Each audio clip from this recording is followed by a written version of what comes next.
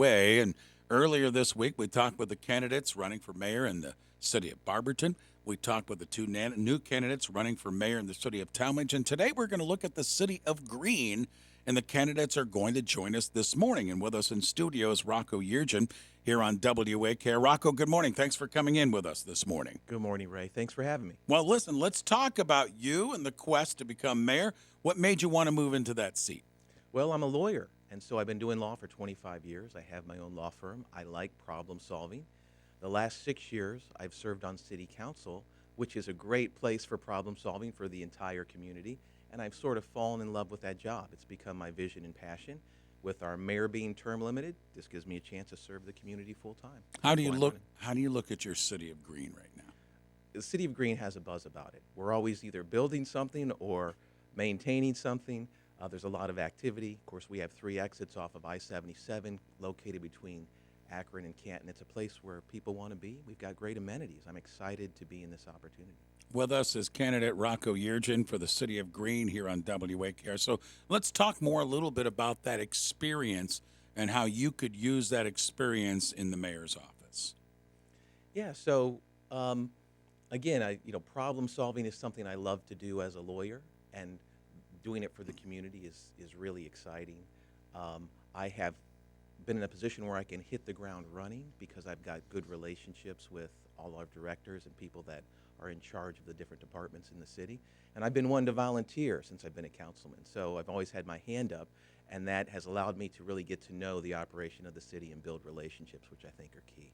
When you say the word key, Rocco, how do you look at the keys with Greene on down the road, the future of the city of the Greene? What will be some of the keys that certainly will need to be addressed moving forward? Yeah, it's a great question. So I have spent, since mid-June, a lot of time talking to residents. I've knocked on about 3,800 doors in that time. And one of the things that people say to me is they want to be conscious of how we grow, right? Because Greene has a good problem. We're a growing community. Many in Summit County are not. And so we want to make sure that we balance how we grow, that we do it in a way that's measured, that we protect the quality of our neighborhoods as we move forward. Mm-hmm. It's a balance, isn't it? Because you want to grow, and I think that's one thing that Mayor Neugebauer did a nice job in the city of Greene is growing, but being careful how you grow. But on the other side, you're also looking at finances and business tax bases and residential tax bases. There's all these things coming in the middle to hopefully make Greene a successful city now and in the future. Yeah, it's kind of an ecosystem, right? You want to make sure that you have the businesses coming in, that you're growing your business sector because that's where the income tax revenue comes from, and yet you want to make sure that you're supporting your schools. There's a lot of pieces that you need to be careful to try to balance, so you're exactly right about that. When you look at the city of Greene, and I don't want to necessarily say a concern, I certainly don't want to say a problem, but maybe the challenges going forward, whether it be traffic and trying to widen roads or putting more roundabouts in. You guys have been at the forefront with roundabouts. But when you look down the road of challenges in your city of Greene, with the growth happening there, what are some of the biggest challenges you see? Well, you certainly want to make sure that your infrastructure keeps up with your growth, right? And so we are working on, as you know, intersection improvements, putting roundabouts in to keep traffic moving, because we want to make sure that our growth doesn't negatively impact the quality of life for residents. And if you're stuck in traffic, that's a problem. So we want to be proactive to the degree that we can in our infrastructure improvements and not reactive. Rocco Yeargin with us again, candidate for mayor in the city of Greene. Let's talk about health and safety there in your city of Greene, and let's talk about police or enforcement. You've had a very good working relationship there with the Summit County Sheriff's Department for many years. But with the growth happening in Greene, is that still a good contract to keep for now and in the future? Or in time, do you see the need for Greene having its own police force? That's a great question. So we do have a wonderful relationship with the sheriff, and the sheriff brings to bear a lot of resources that more than we would have with our own police department. And right now, it's just economically in the best interest of the city to continue that relationship with the sheriff. I do think that the city needs to look at that periodically to make sure we're getting the biggest bang for our buck, but they've been a wonderful partner so far, and for the foreseeable future, I don't see that changing as long as the the dollars and cents make sense. Well, that's the one thing, right? When you look at cities around Ohio and the country, one of the biggest expenses is law enforcement. So, as long as the city is happy with that relationship, and they probably are as well, it looks good for at least right now.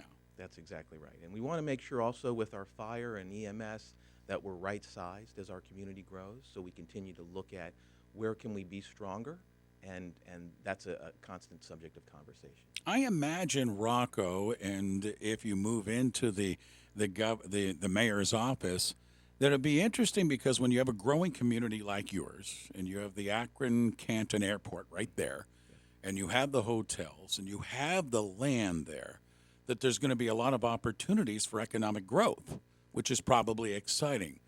But you also got to be careful about which ones come in. And you mentioned that a couple of moments ago that you want to be careful what you bring in. Maybe explain that a little bit more so that the residents understand looking forward what type of development Green needs, maybe wants, or needs. And that would be interesting. Yeah, so, it's a challenge because it's not a status quo with bringing in quality businesses, right? They're all in flux. Unfortunately, we just got news recently that FedEx was moving to Richfield.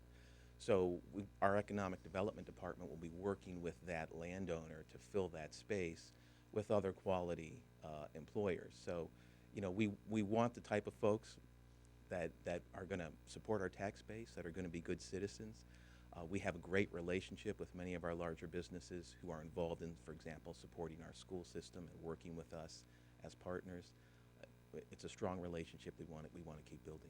You mentioned land. There's a couple of aspects there I wanted to talk about. One, the one thing that Green has always pushed forward, no matter who is in that office, has been the quality of life issues.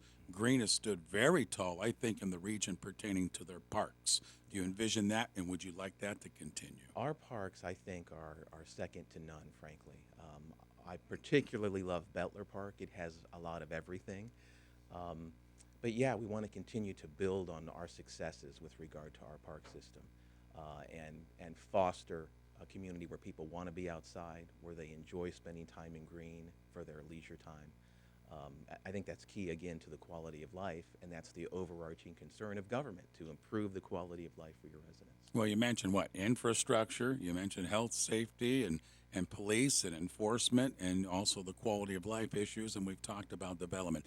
What about land around the Akron Canton Airport? Is there room out there for some additional development since you have that hub right there in your backyard? Yes, we do have a corporate park space there where we're building inviting additional businesses to come in the Akron Canton area. So that's an exciting piece of what we're doing in Green as well. With us, candidate Rocco Yeargin in the city of Green, running for mayor in now less than 2 weeks. I like to wrap it up with the candidates that I've talked to, Rocco, and maybe give you 30 seconds or so and talk to the residents of Green who are going to be going in and casting their ballot in a couple of weeks. Why don't you talk to them on why you feel you're the right guy for the job? Well, I think I'm a hard worker, first of all. I'm the type of person that jumps in with both feet. I have done that as a councilman, and I've really loved the work. It isn't something that I just do. It's rather something that's become part of my vision and passion. And the opportunity to serve the community full-time, although I'd be giving up my law practice, I've gotten to the point in life where is my career about making money, or is it about making impact? And I choose the latter. And I think that's what makes me the best candidate. All right, Rocco. Thanks for coming in. Good meeting you today. Thank you. Appreciate being here. There you go. Candidate for mayor in the city of Green, Rocco Yeargin with us here on 93.5, 1590 WAKR. We're